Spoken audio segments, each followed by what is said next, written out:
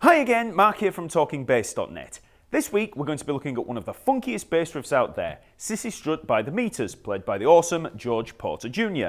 And remember, as always, let me know what other bass riffs that you'd like me to cover in the comments below.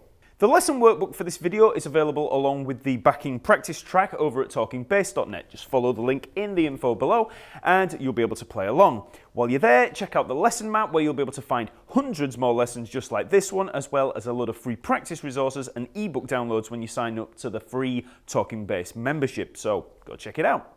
Okay, today we're going to be working through the two main riffs from Cissy Strut, the A section and the B section. So first of all, let's have a look at the A section, which sounds like this.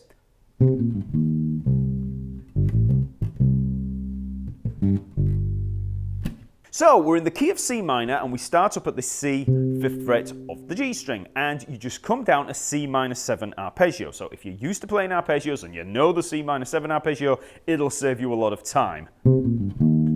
Okay, if not, here are the notes. So we have C, B flat, G, E flat, C. So in terms of the frets, 5th fret, 3rd fret G string, 5th fret, 1st fret D string, and then 3rd fret on the A string.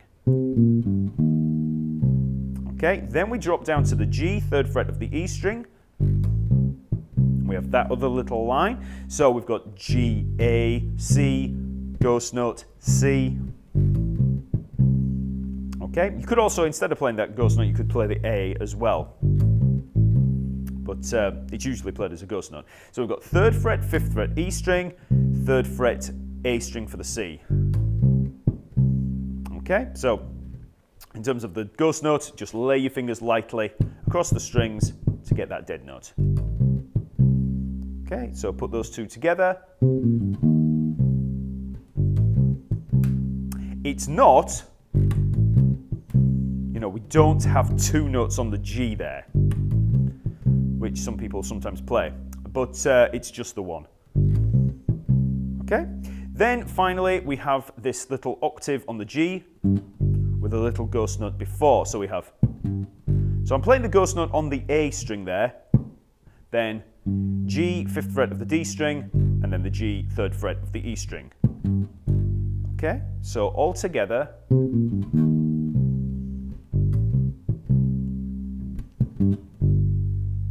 Much slower.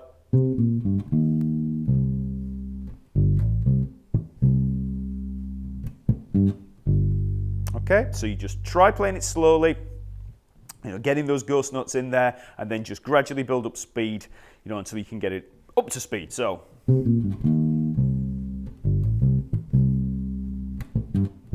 Okay.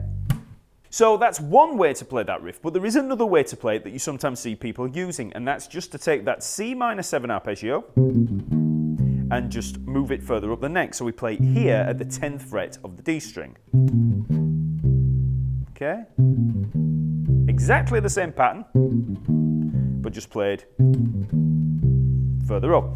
And you'll notice you get a little bit more of a boomier sound, a more bassy sound, because you're on the thicker strings. So in terms of the frets there, we've got 10th fret, 8th fret D string, 10th fret, 6th fret A string, and then the 8th fret on the E string. And then of course you've got to move down to the G again.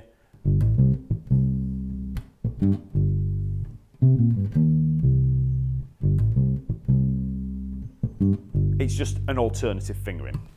So try playing it slowly and gradually build up speed, and then you can use the backing track, which is there embedded over at talkingbass.net, so just click on that link in the info below, and you can just try playing around on that first riff, okay? So with the track.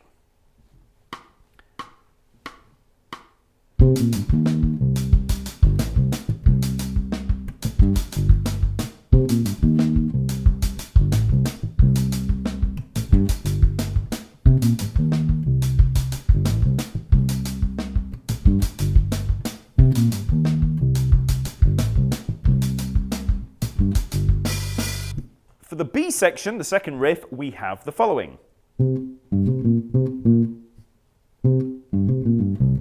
Okay, round and round. So, for that first part, we're at the C, 5th fret of the G string again.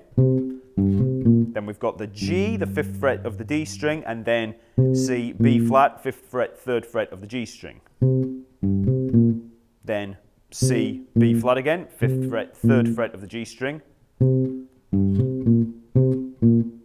Okay, and then,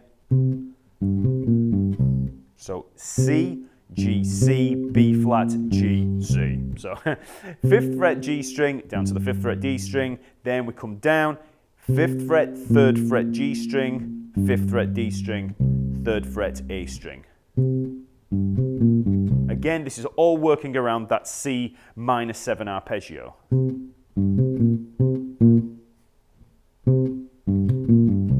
In terms of the technique for all of these riffs, it's all pretty straightforward. You don't really have to think that much. You know, you could use alternating picking or just use one finger for a lot of it. But there is one part on this B section where it's worth having a little look at what's happening with the picking hand. So we have, there you could just use alternate picking. I'm starting on the 2nd finger there. Then we have this. Now when we play this, I'm starting on the 2nd finger, then 1st finger, 2nd finger, and then I'm using the 1st finger to rake down on the B flat, G, and C. Okay? So 2nd finger, 1st finger, and then 2nd finger, and then rake with the 1st finger.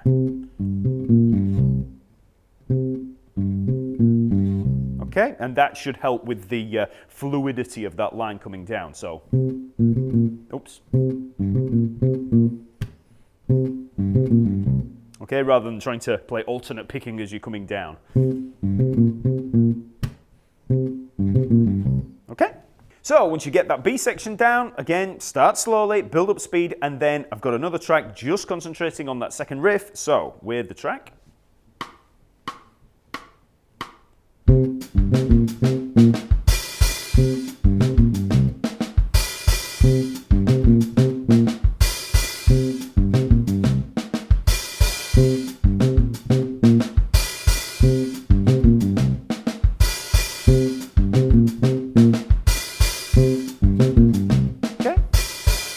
So once you've nailed those two riffs independently, we can stick them together. So here we are with the original track.